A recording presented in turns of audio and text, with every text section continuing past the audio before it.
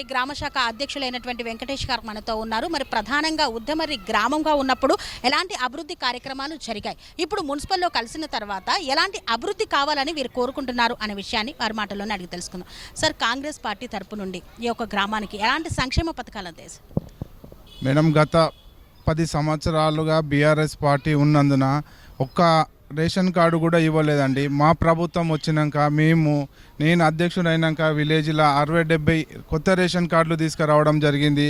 అదే రేషన్ కార్డులో యాడింగ్ కూడా నేను దగ్గరుండి ఒక 100-200 వరకు యాడింగ్ చేయడం జరిగింది.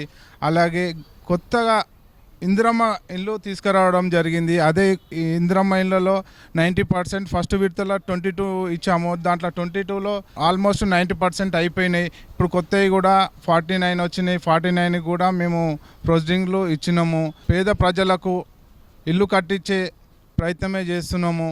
ఎల్లవేళలా గరీబ్ వాళ్ళకి ఫస్ట్ ఉండి మేము ప్రిఫరెన్స్ ఇచ్చి వాళ్ళకి ఎల్లవేళలా అందుబాటులో ఉండి ప్రతి సమస్యకు వాళ్ళకు తోడు ఉండి ఉంటామని చెప్తున్నాం. శ్రీలత వెంకటరెడ్డి గారికి ఎందుకు సపోర్ట్ చేస్తున్నారు అసలు వారికి? శ్రీలత వెంకటరెడ్డి గారికి వాళ్ళు పేద ప్రజలకు తోడుండి పేద ప్రజలకు అందుబాటులో ఉండి మంచి చెడుకు వాళ్ళు ఉంటారు కాబట్టి, వాళ్ళు విద్యావంతురాలు కాబట్టి పిల్లలకు కానీ ట్యూషన్ చెప్పుకుంటా ఫ్రీగా అందరికీ సపోర్ట్ చేసి పిల్లలని విద్యారంగంలో పిల్లలకి ముందు దూసుకెళ్తుంది కాబట్టి, విద్యావంతురాలు కాబట్టి ఆమెకు అవగాహన ఉంది కాబట్టి ఆమె ఎల్లవేళలా ప్రజలకు సేవ చేస్తుంది కాబట్టి. అలాగే వెంకరెడ్డి అని ఉన్నాడు, లేనోళ్లకు వాళ్ళకు సొంత నిధులతోటి గరీబ్ వాళ్ళకి సాయం చేస్తాడు కాబట్టి వాళ్ళని బలపరిచి మేము 9వ వార్డు కానీ 8వ వార్డు కానీ 21 వార్డు కానీ ఉద్దమర్రి మున్సిపాలిటీలో 3 కైవసం చేసుకొని మా రేవంత్ అన్నకు అండగా ఉంటాము. మా రేవంత్ అన్న ప్రభుత్వము గరీబ్ వాళ్ళకు ఎక్కువ సాయం చేస్తుంది కాబట్టి మేము కంపల్సరీ చేతి గుర్తుకి ఓటేసి మా శ్రీలత వెంకరెడ్డి అన్నను గెలిపించుకుంటామని కోరుకుంటున్నాం. స్వామి బోధానంద గోసేవ ఆశ్రమం సైథాపూర్.